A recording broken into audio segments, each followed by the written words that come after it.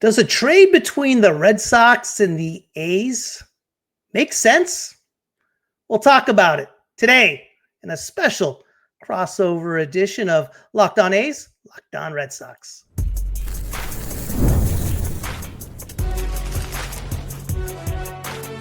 You are Locked On MLB Crossover, part of the Locked On Podcast Network. Your team every day.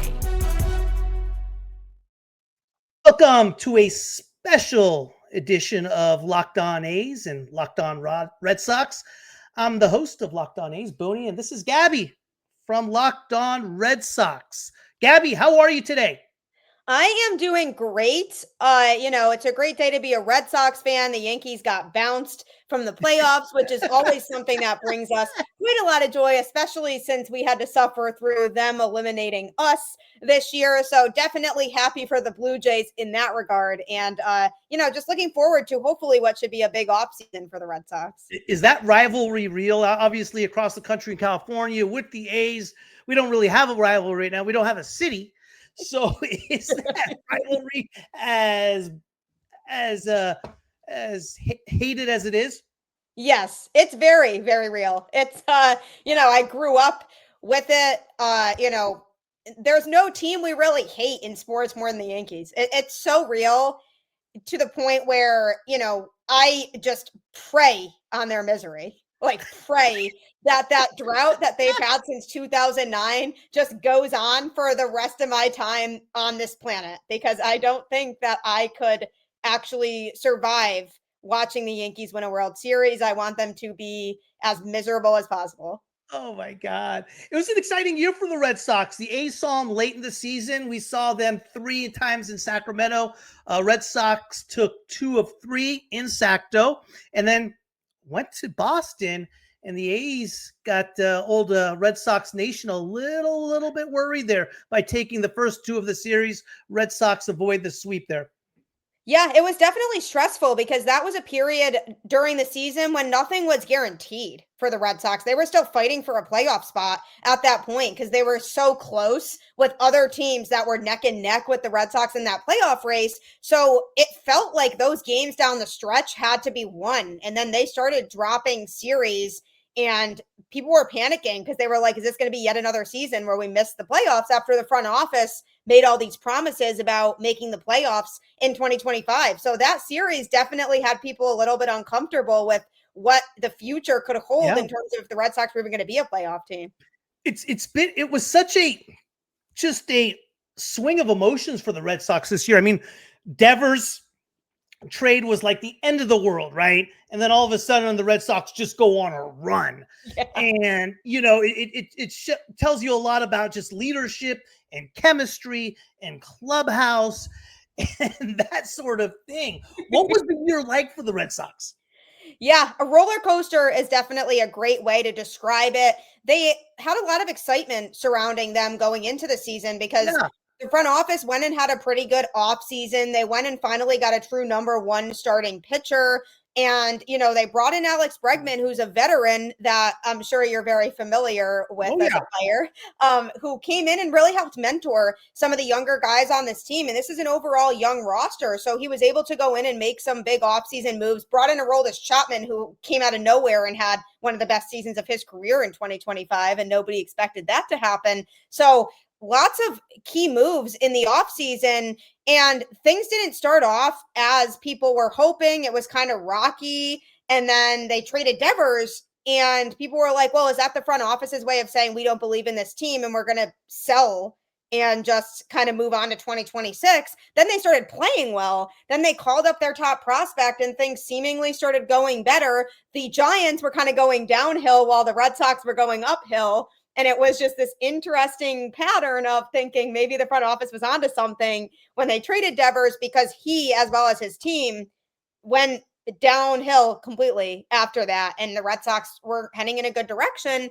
And then at the trade deadline, they really had an underwhelming trade deadline. So then people were like, again, did they do enough to make a true push? And now in hindsight, you look at where they ended up. They made the playoffs, which is good, but got bounced in the wild card round. So it really makes you wonder if they had done it more at the trade deadline, would they still be in the postseason right now? And I think that's the part now going into this offseason that we're wondering is, are they actually going to fill the holes needed to be a true World Series contender in 2026? Because that's kind of where we're at now.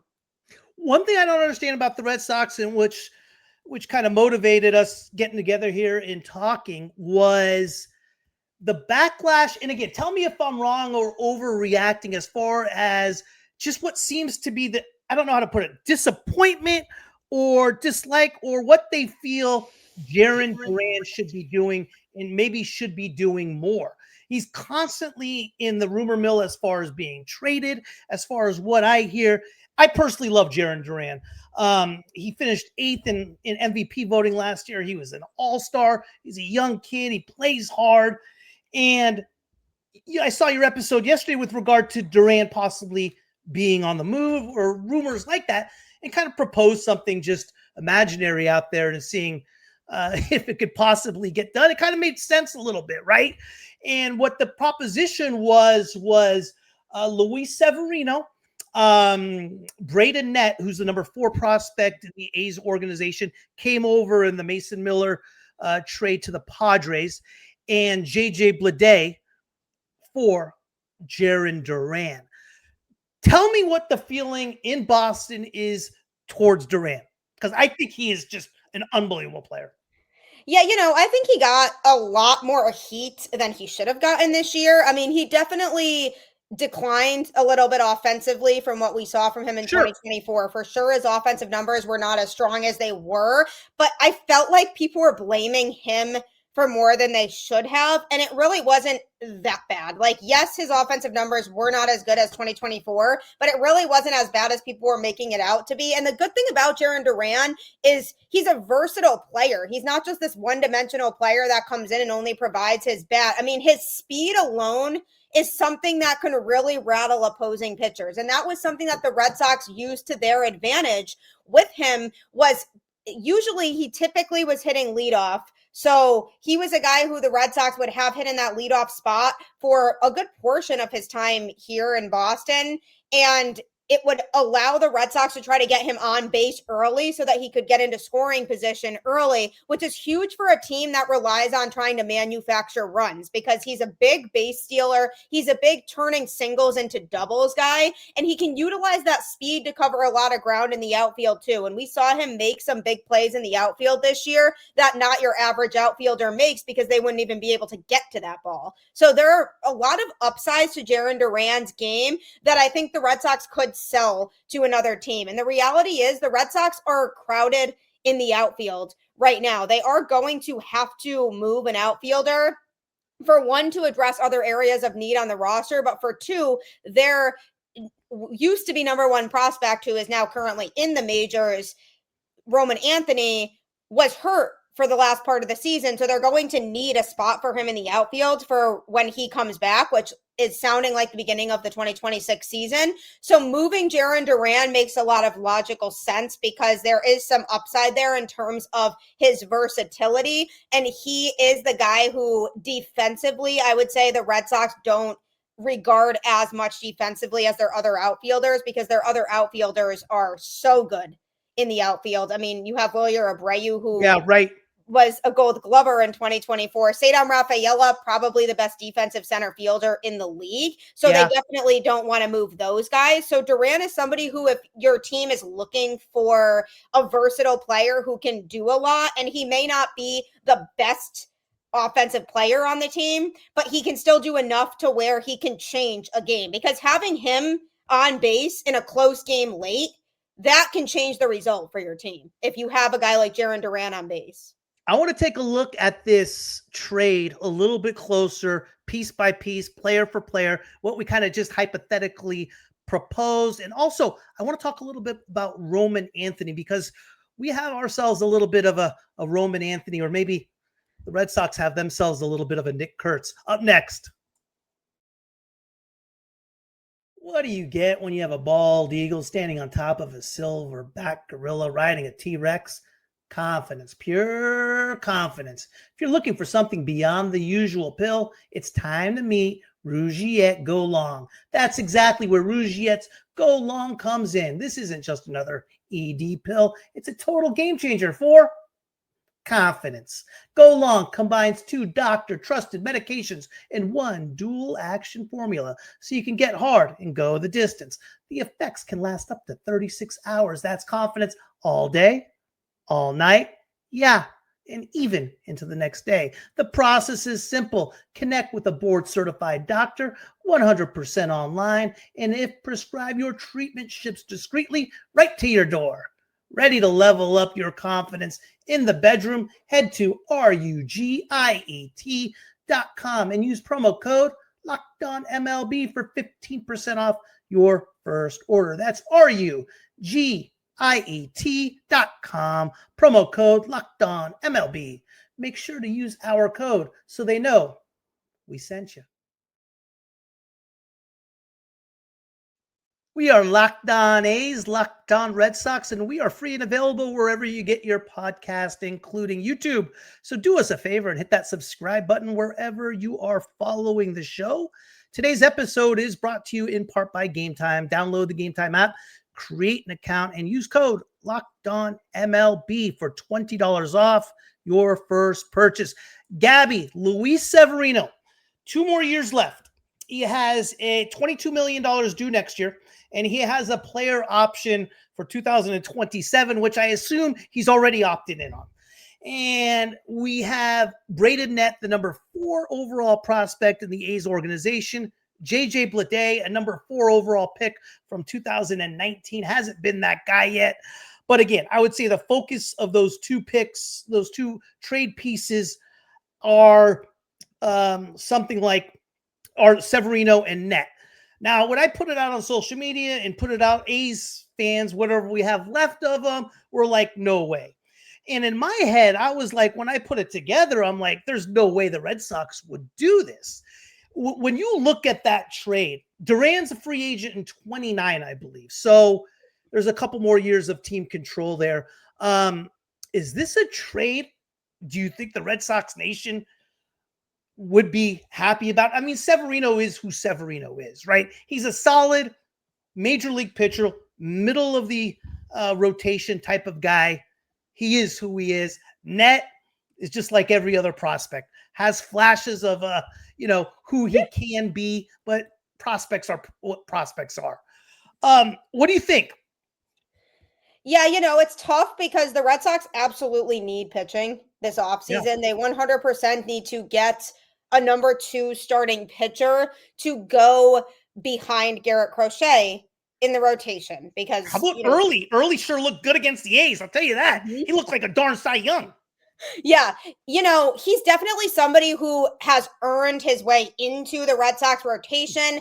The issue that the Red Sox have had over the last few years is that they try to take chances in hoping that guys are going to develop into what they want them to be. So, I'm not discounting a guy like Connolly early. I think the potential is definitely there, but he's only made a few major league starts in reality at the end of the day. So they can't really approach the 2026 season with the expectation that he's going to be a number 2 starting pitcher. They have Brian Bayo, who right now is really truly no better than a number 3. Yeah. And Lucas Giolito, who overall had a pretty good season, but is another guy who it's even questionable if he's even going to come back. And if he does, is he going to be able to give the same level of effectiveness as we saw from him in 2025? So there are question marks there.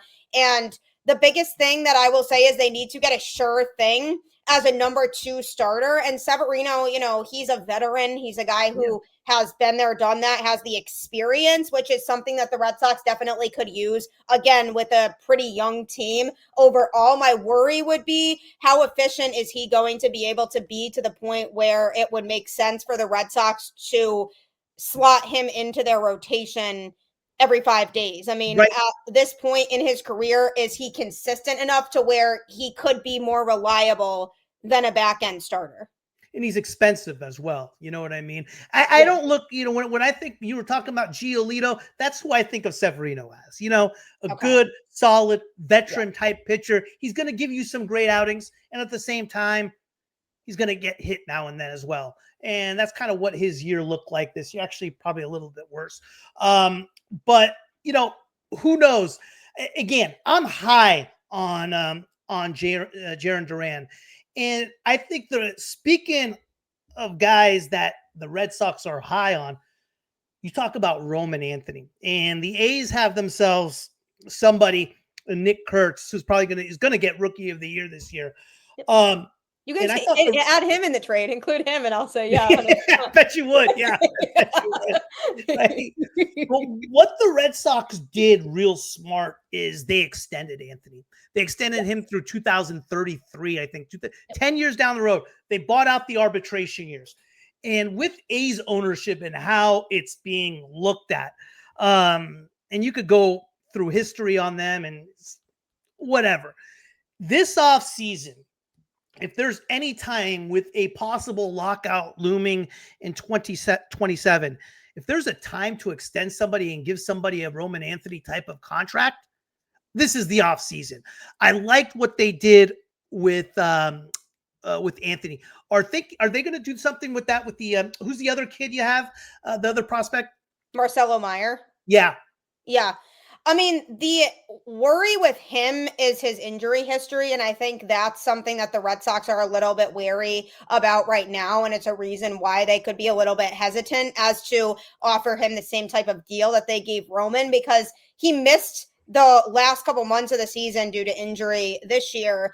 In 2024, something very similar happened. He was in AAA at the time, but he missed a good portion of the second half of the season with an injury. So I think the Red Sox are first trying to see if he can stay on the field before they give him that type of contract. Also, they don't necessarily feel like he's as proven yet as Roman is. I mean, Roman Anthony was no doubt the number one prospect in baseball before he got called up. No question. And he actively was making an impact and making a difference in the Red Sox lineup to the point where they started losing a lot of games after he got injured, and the offense had no idea how to score runs anymore. So you know that he was important in that regard. Whereas with Marcelo Meyer, he was showing a really good defensively, especially showing, I would say, when he was out there, because they had him play a couple different positions. He was playing third base when he first got called up because Alex Bregman was hurt. Then when Bregman came back, they switched him to second base, and he was also displaying really good defense over there too. So he can kind of show that he can be a mobile and flexible infielder to the point where they can have him play multiple positions in that regard. And he can play a sound defense either at third or at second base, or his primary position, which is shortstop, but that's being blocked by Trevor Story currently at the moment. So depending on where they put him, his defense definitely has impressed. Offensively, he's not quite at the same level as where Roman Anthony was at, especially towards the end when he got injured and then ended up missing a bunch of time. I do think he's somebody that the Red Sox hope will be part of their future long term, and it's definitely something that's being considered, but I think they want to see a little bit more from him before they feel confident enough to give him that type of deal. But with Roman, I think they were really smart to lock him down when they did, because that could end up looking like a steal down the road. No kidding. Absolutely. What is up with next year for 2026? Does Bregman have an opt-out option? He does now. After this season, he has an opt-out, and then he also has another opt-out option after next year. A lot of people are thinking he's going to end up opting out and testing free agency. I mean, it's tough because the Red Sox are paying him $40 million a year right now. I don't know that he's going to get that elsewhere, especially because he missed a couple months this year due to injury, and he really did not play well when coming back from his injury, especially on offense. He just wasn't contributing the way the Red Sox were hoping he would have contributed. So yes, he does have an opt-out. If he decides to opt out, the Red Sox absolutely should still be in the mix for him, because even what he did off the field and the leadership he provided for the young players is so valuable to this team. So if he opts out, he's definitely going to be looking for more. I don't know that another team would be willing to pay him $40 million a year. So we'll have to see how that goes for him. But yeah, that's a big question mark coming into this Red Sox offseason, and it really is going to determine a lot of how they move the rest of the offseason after that. Gabby, Fenway Park. It's one place that I've always wanted to go to. I've been to the old Yankee Stadium. I've never been to Fenway Park. I've always wanted to go. I've been to Wrigley, but not the Green Monster. And when I come back, I want to talk to you about Fenway Park. You've been to plenty of games out there. I want to hear the vibe from somebody who's been there so many times. I go to Sutter Health Park right now. It's a little bit of a big difference. So if that's okay with you, I'd love to get your take on Old Fenway. There's nothing like catching a baseball game live. The energy, the crowd, the chance to see your team in person, but actually getting tickets, that's the tough part. Queues, login screens, surprise fees, it takes all the fun out of it. That's why I use Game Time, the app that gives the advantage back to the fans. Game Time is fast, easy, and backed by the Game Time guarantee. You will always get 100% authentic tickets delivered on time and at the best price. Plus, all fees are included, so the price you see is the price you pay. The app is made super simple. I could even see the exact view from my seat before buying. Priority fees are included. Know your total up front with no surprise fees at checkout. I love zone deals as well. Pick the section. Game Time picks the seats, and you save big. Honestly, it's faster, cheaper, and less stressful than any other way I have bought tickets. Download the Game Time app and create an account and use code LOCKEDONMLB for $20 off your first purchase. Terms apply. Again, that's promo code LOCKEDONMLB for $20 off. Swipe, tap, ticket, go. Download Game Time today.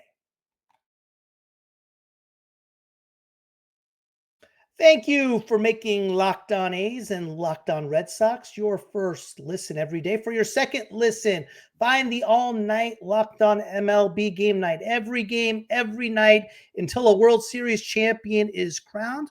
Get local analysis on a national scale. Find MLB game night on Locked On MLB on YouTube or wherever you listen to your podcast. And one game they won't be covering is going to be the Yankees Blue Jays. But here we go. Fenway Park. This is more of a selfish little segment for me here because I have not been there. Tell me about Fenway Park. Does it live up to the hype we all hear across the country? Absolutely, 100% yes. I mean, anybody who appreciates baseball history is going to appreciate Fenway Park. It's the same place that it's always been. Yeah. And if you look at old clips of so many legendary players who have come through Fenway, it looks the exact same. The seats really feel like you're in an old school place. And even when you walk around and there's all these pictures of guys like Ted Williams, Carl Yastrzemski, like Red Sox legends that have come through there, and you're just picturing them at that ballpark. There's just so much history there, for one. And so anybody who appreciates that is going to appreciate being there. It's also small because that's just how it was back in the day. So when I go to other ballparks, I'm like, wow, this is pretty big and pretty spread out compared to Fenway. So the fact that it's small and it's close knit makes it feel like you're a lot more involved and you're closer to the players and you're closer to the action, and the players feed off of that energy. There's nothing like an energy for a Red Sox Yankees game in particular, like that rivalry and how strong that is. So many people show up for those games, and a regular season game feels like a playoff game. It happens a lot at Fenway. The entire month of September, the atmosphere felt like it was a playoff game because this was the first time since 2021 that the Red Sox were in the playoffs. So fans were hungry to see playoff baseball back for the Boston Red Sox. So fans were showing up for games in September to try to get this team to get some wins at the end of the year. And it was just great to see how many people were there and filling those seats. And when you are sitting in those Fenway seats and you look around and you see all these seats that are full, you really realize how strong Red Sox Nation is. And it's fun because whenever I go to games, I always end up making friends because you end up just bonding with the people sitting near you about how much the Red Sox mean to you and about how much pain like they've put people through like over the years. And especially, you know, people who grew up in the middle of the curse. Like I can't even imagine doing that. Like I'm lucky to not have to have like gone through all of that and wanting to rip my hair out every year when they fall short. But it's fun. It's so much fun. And there's just nothing like it really. I've never been to Wrigley, but Wrigley is often the ballpark that's most compared to Fenway because it also is so old and historic. And the experience, I know from people who have been to both, said that that's the very similar vibe that they get when they go to Fenway is Wrigley. It's kind of the equivalent. which again, Wrigley's a place I would love to go to as well. So if you're ever in Boston, it's definitely a must go spot, but you have to be prepared depending on the time of year for it to maybe be cold. That's definitely something that catches people by surprise sometimes. Like some of those nights, unless you go in the middle of July or August, when it's still nice out at night, once the sun goes down, it's cold. So people are breaking out the sweatshirts and everything, but there's so much to do around Fenway too. That's the other thing that you don't get with every ballpark is there's just so many fun restaurants, bars, just places to check out. And it's all inside like the strip.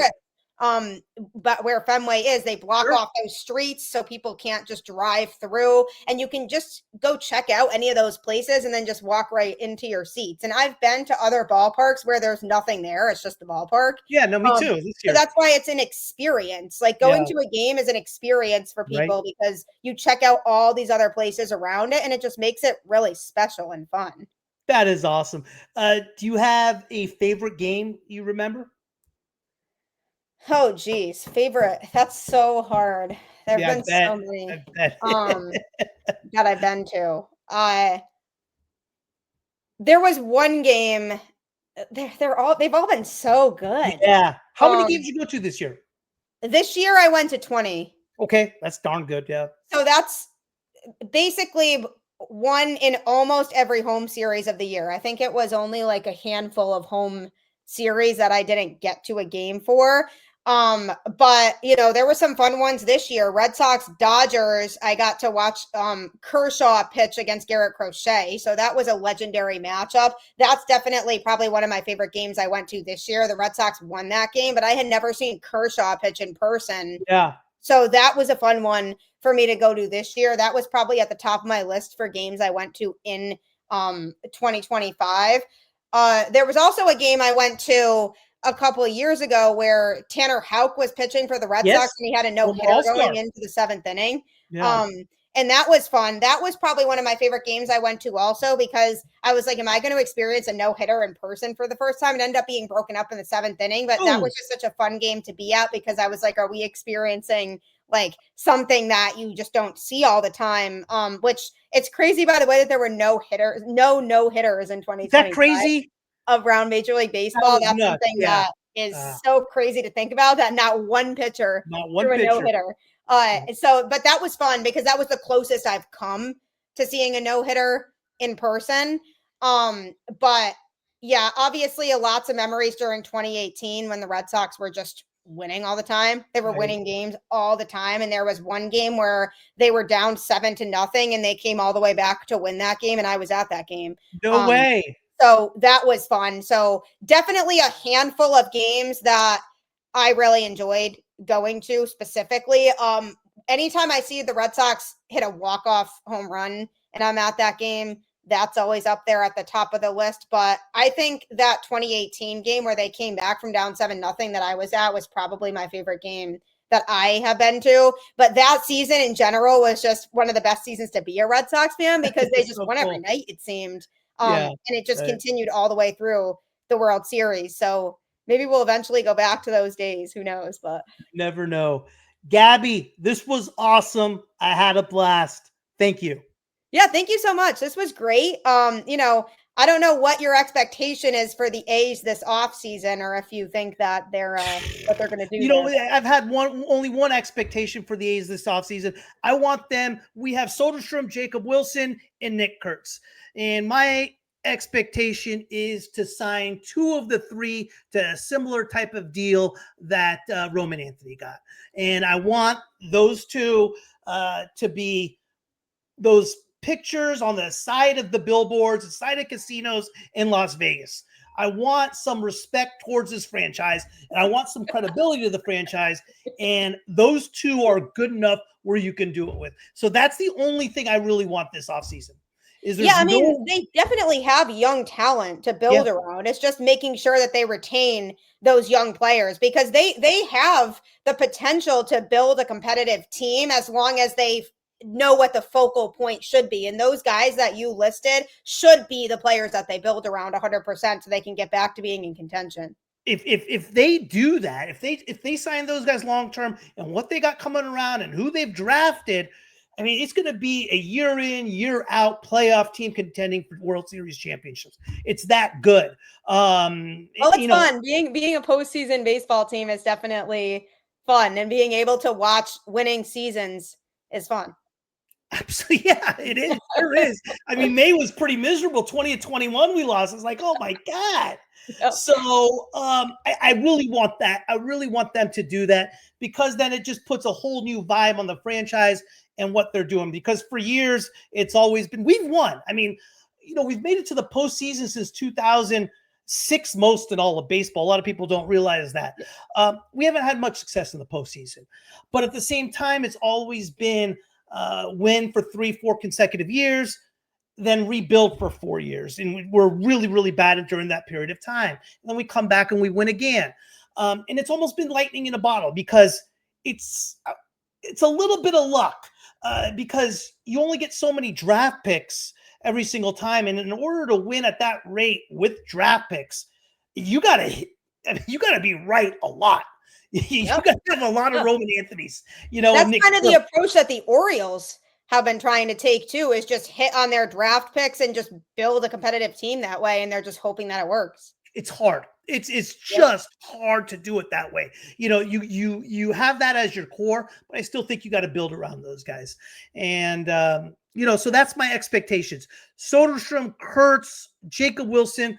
I want 2 of those guys to have their arbitration years bought out and extended through 2033 to get a whole new fan base excited, because right now the A's literally don't have a fan base. I mean, literally. I was wondering that. I was like, I don't really think I know any, but yeah, no, I mean, Oakland hates them.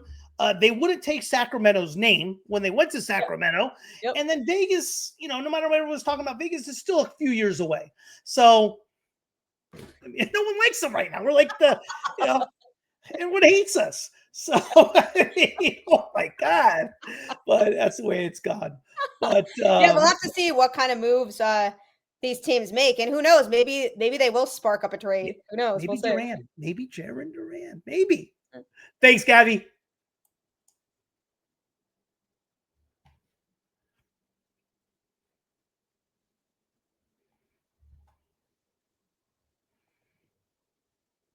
That was awesome, Gabby. Thank you so much.